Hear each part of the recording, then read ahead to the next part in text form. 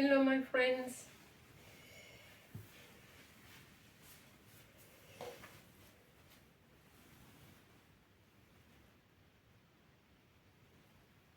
So, today I would like to talk about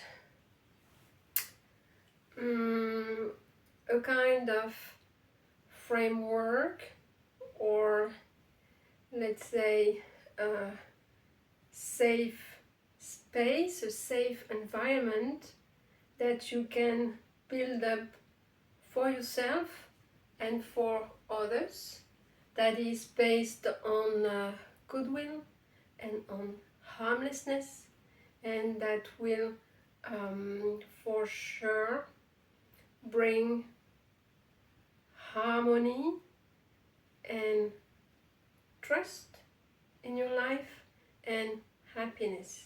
So in your life, but I'm pretty sure also in the life of others. So this is a set of 5 rules, so you just need a hand with 5 fingers to remember them. And they are called the 5 precepts in the Buddhist tradition. You can actually find similar set of rules in other spiritual traditions. They are there, let's say, to ensure that communities work in a harmonious way, because we are not just individuals, we also interact with each other, and we affect each other. So I'm pretty sure that if you commit to follow those rules, you train in them, and you want to follow them and apply them, implement them in your daily life, then you will see that the quality of your life will most probably, your quality of life will improve, and also the quality of life of others. So maybe first in your family area, in your friends, and then you can see that the more you cultivate those precepts, the more you can actually extend this safe space for yourself and for others. So what you have to understand is that this is something that you want to try for yourself, that is not imposed on you by any matter, by another source, or by someone else. Because if it would be the case, then it would be very, very difficult at the beginning, especially because you need some just effort to apply them.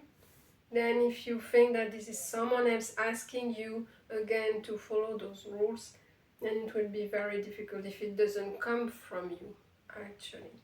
But you will see that at some point, even at the beginning, if you don't succeed 100% to apply them in every area of your life, you will see that they will bring some benefits.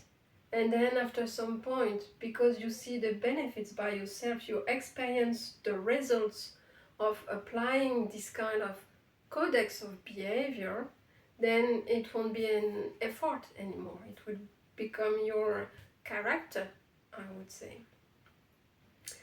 And also because those rules bring a kind of atmosphere of goodwill and harmlessness and trust, then you will see that all your relationships in almost every area will benefit from it.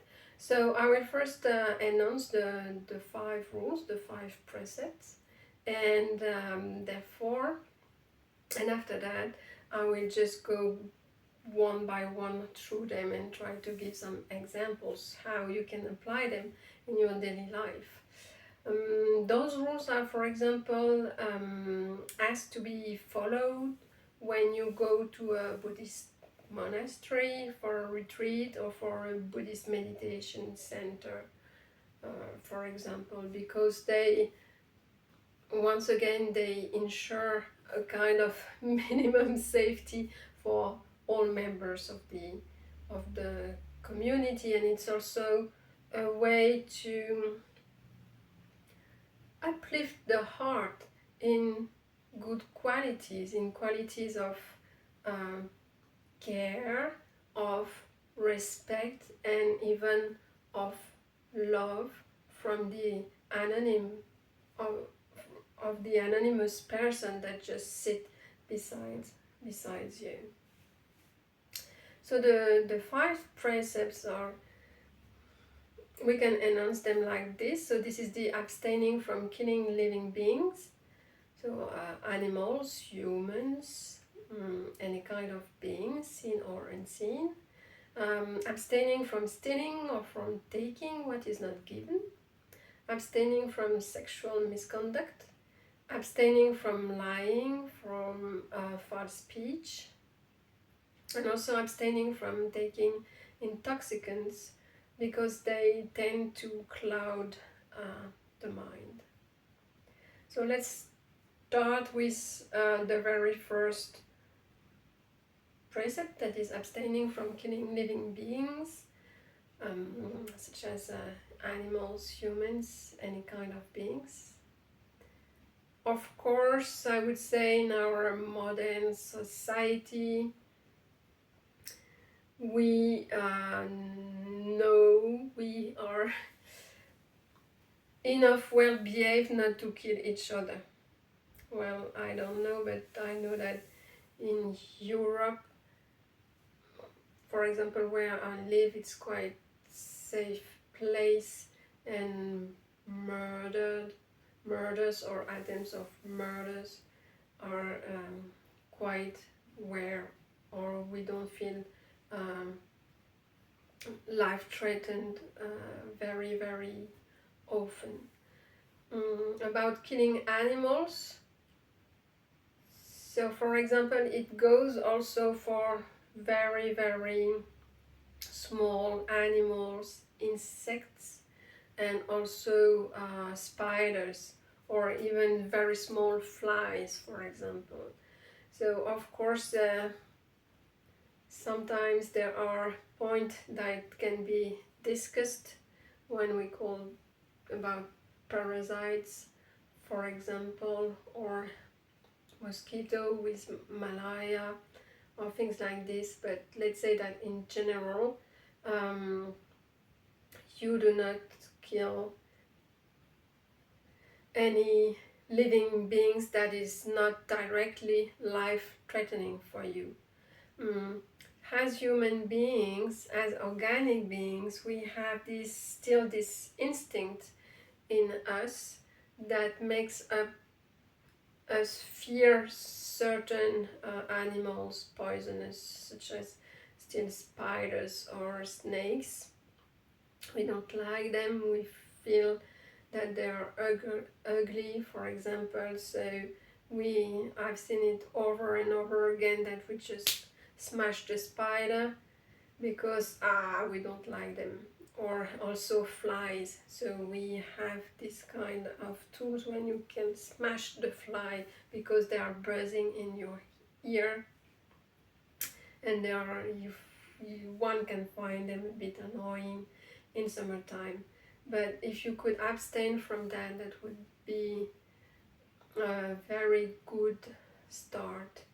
For spiders, for many people it's still difficult, because they do not look like very lovable, let's say, creatures. But this is again a training, so maybe at the first time you do not manage to do it, but maybe you can try at the first step, try not to kill it, just to put it away or to put it out. And then if you want to go further, it would be to try to inquire about these small creatures and just look into them as the beauty of nature. I would say that's it, and try to feel them, because all living beings, they strive for getting fed, for reproducing, for having a not too hard life, and this is not much different than you actually. So I would say that we are more or less with our nervous system and our instinct on the same boat, and we cannot, it's difficult to discard any creatures because they have 8 legs, or I don't know how many eyes, or just 4-legged animals. So it's good also to train to love every living beings. Of course, loving, it's quite heavy meaning, maybe. Just to say, okay, you are allowed to stay in my house. I will not have any thought of killing you or harming you. Just do your job, and we can be companions in life. So that's the first rule.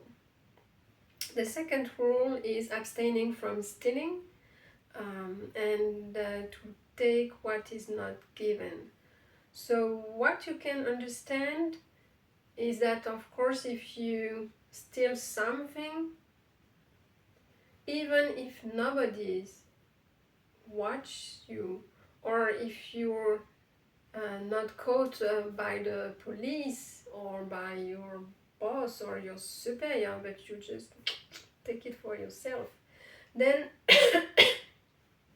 you can realize that it will make you somehow, first, the feeling of stealing, the feeling of this greed and wanting to keep it for you, and also the feeling afterwards, the need to strategize in order to keep it secret, and even to invent maybe a story around that object that you have stolen, that automatically appear in your life, and you might be suspicious by others.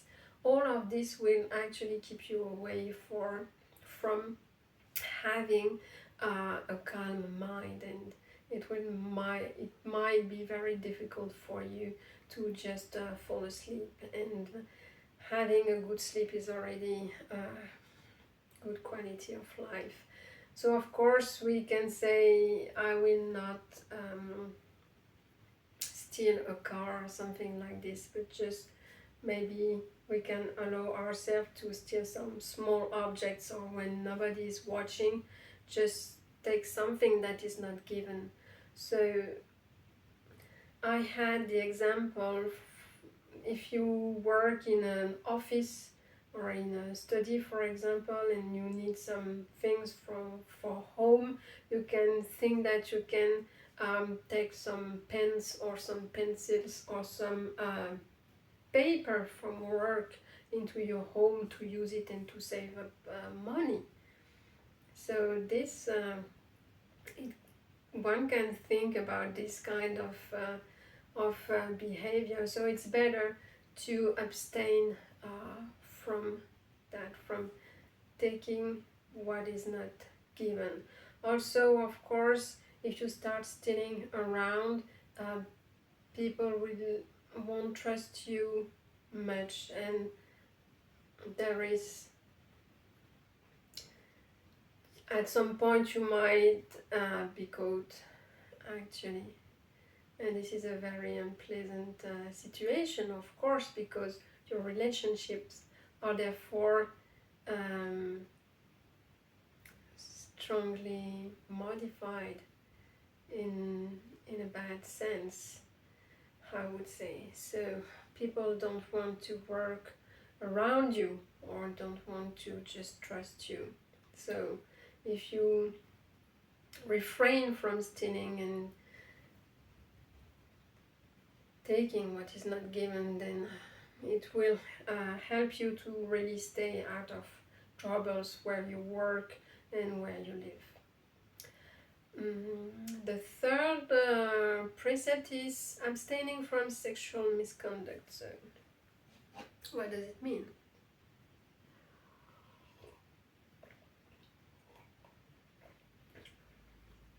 That means that if you have a life partner, like if you're married, if you are engaged, if you are just living with someone where there is kind of course, couple commitment, then you do not go and see and try to have sex with another partner. Even if you travel abroad and you know that it will never, that your partner will never know, just better to abstain from it. It can be understood because first you will know, so you will try when you go home to once again strategize in order to keep it secret, and you will, fear that at some point it will be known by your partner. And also it's a way to train in not only taking what you want on the spot. If you see something beautiful but who might hurt others by using it, you understand what I mean by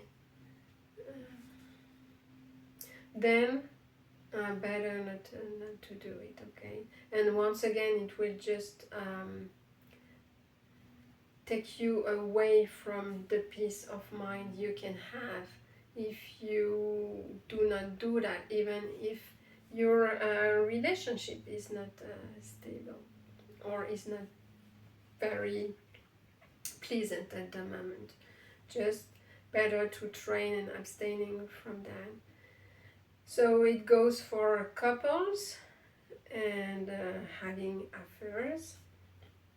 But even if you are not in a relationship, it's advisable to abstain from having sex with children, with animals, and with anyone else who cannot really give his or her consent. So for example, I would say mentally disabled people, or even people who take some kind of drugs or medication that can blur their mind.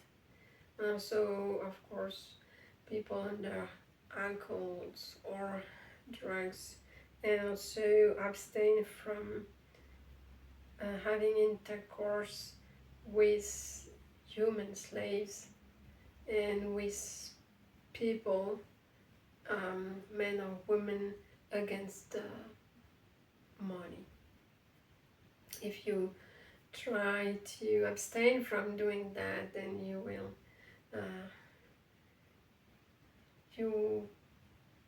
you might be considered a trustworthy person.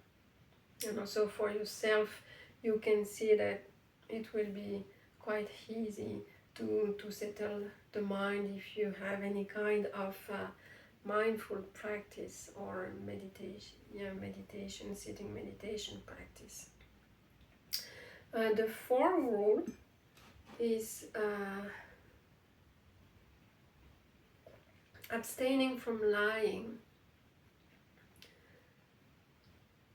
So that means in any situation you better trying to only say the truth, rely on exact facts, not on something you imagine you've heard, or don't use any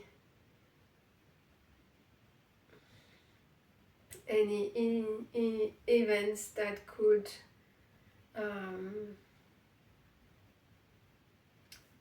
divide people if you say them, if you talk about them. So, and avoid gossip.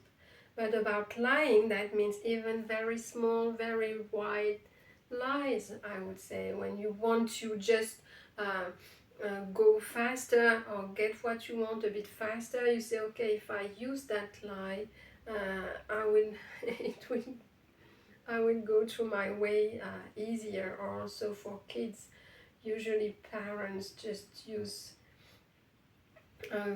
some lies in order for their kid to obey a bit much more easier actually. So it's better to abstain from that. And you will notice that after a while, if you only speak the truth and do not lie, then people will feel that and will start actually to trust you and to know that you are a reliable person.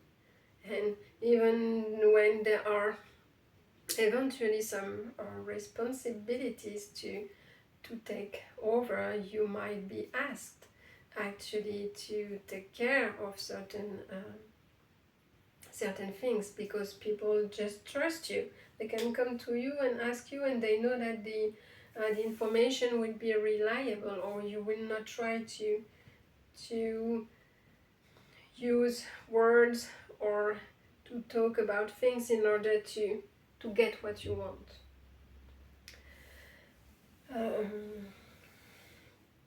Yes, that means also, of course, it's talking, speaking the truth, but I think I would especially, sorry, I'm still sick,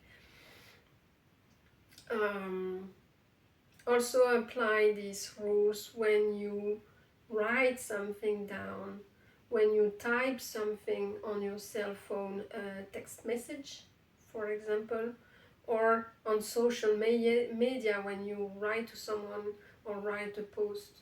So just say the truth and do not try to modify what happened or what you want to say.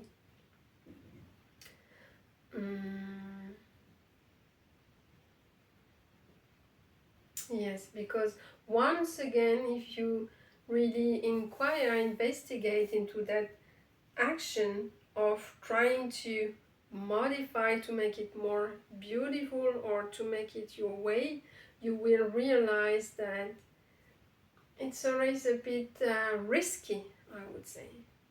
Or if you gossip, for example, by text message, I mean, it's always easy to take a print screen and then send it to someone else, and then you will read, of course, what you have written, and the consequences are not that good.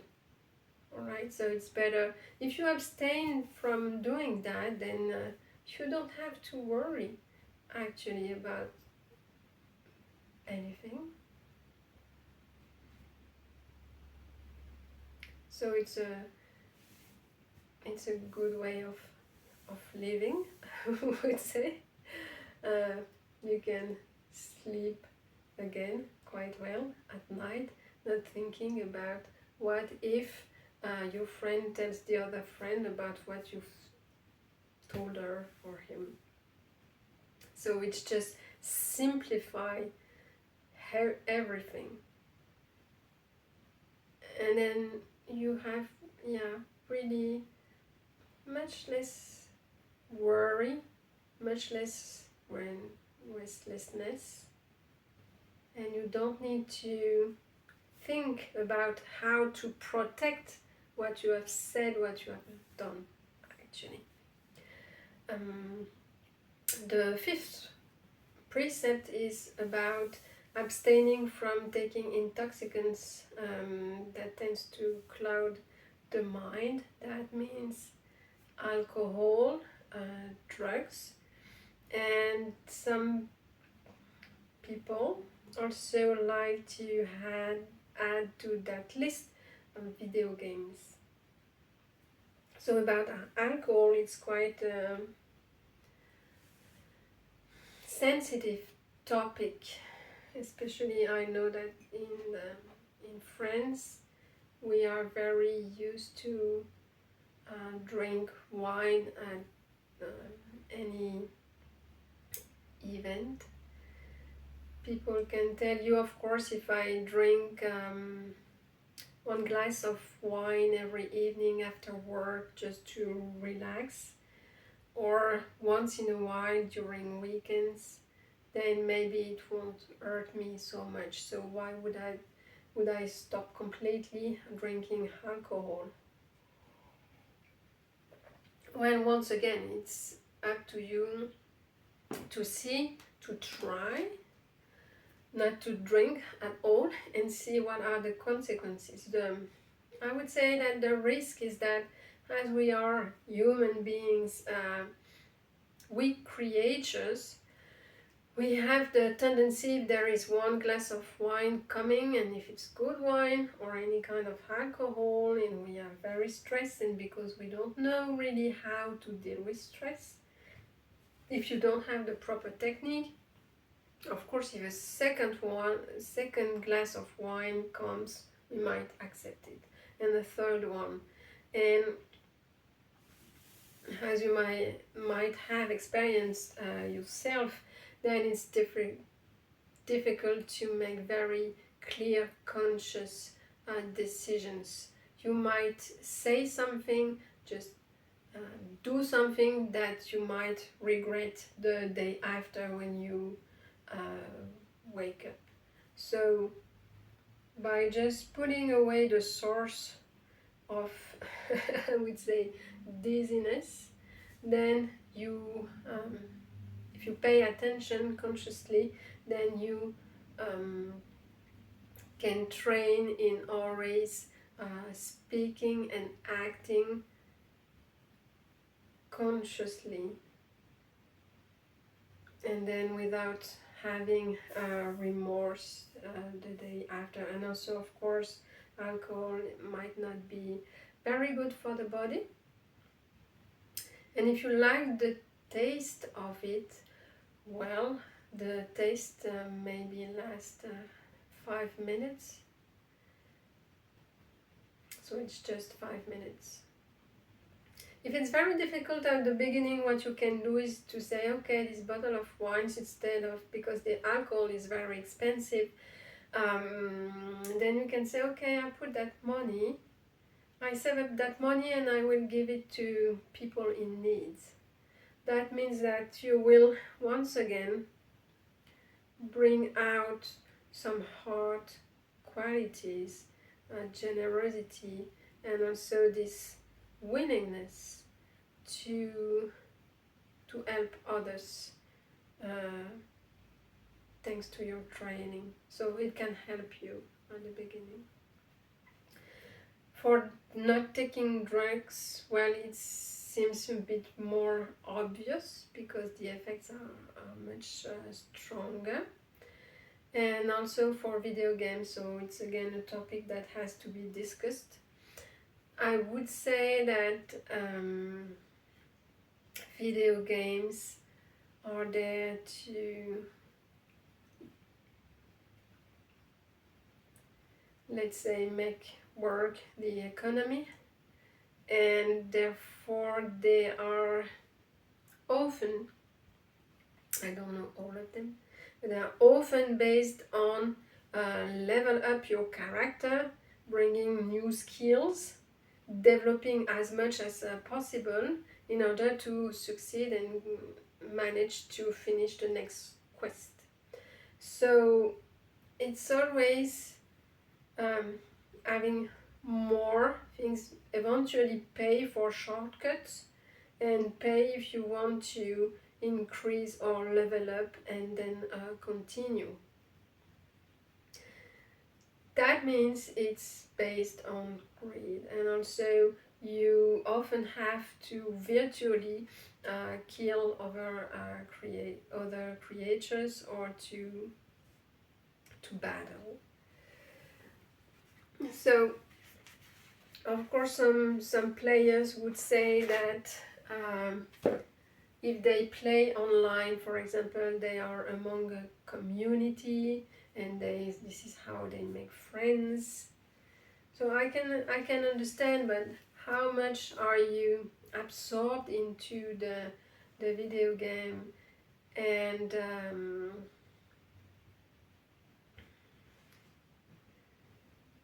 sorry, I'm just thinking about that. Yes, because, and also how much are you able to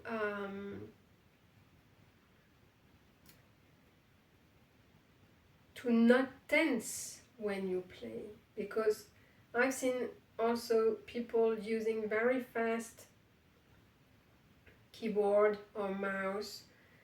And then if you play and you do not succeed, you will notice, if you are trained, that you start to feel actually quite tense and bring energy up, up, up, up, up, up, up. And I'm not sure that if you play video games you are calm, relaxed, centered, and open.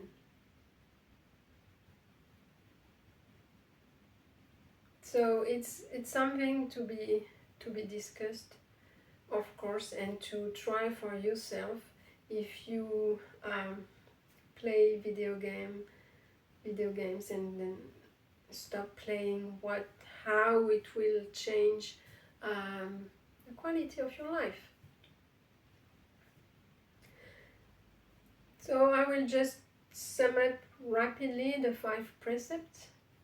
So those are based on abstaining from killing living beings, animals, humans, seen and unseen beings, abstaining from stealing or taking what is not given, abstaining from sexual misconduct, abstaining from lying, from false speech, from gossip, and abstaining from taking intoxicants that tends to cloud the mind. And so once again, this is something, a kind of framework in which you can develop yourself, you can cultivate this safe space for yourself, maybe first, and then just increase the circle in which you want to see those qualities developed. Try it out, look what are the benefits in your life, and then if it's okay, just keep practicing them. And however, if you say that they are not beneficial, just then forget about my words and keep doing what you want to do.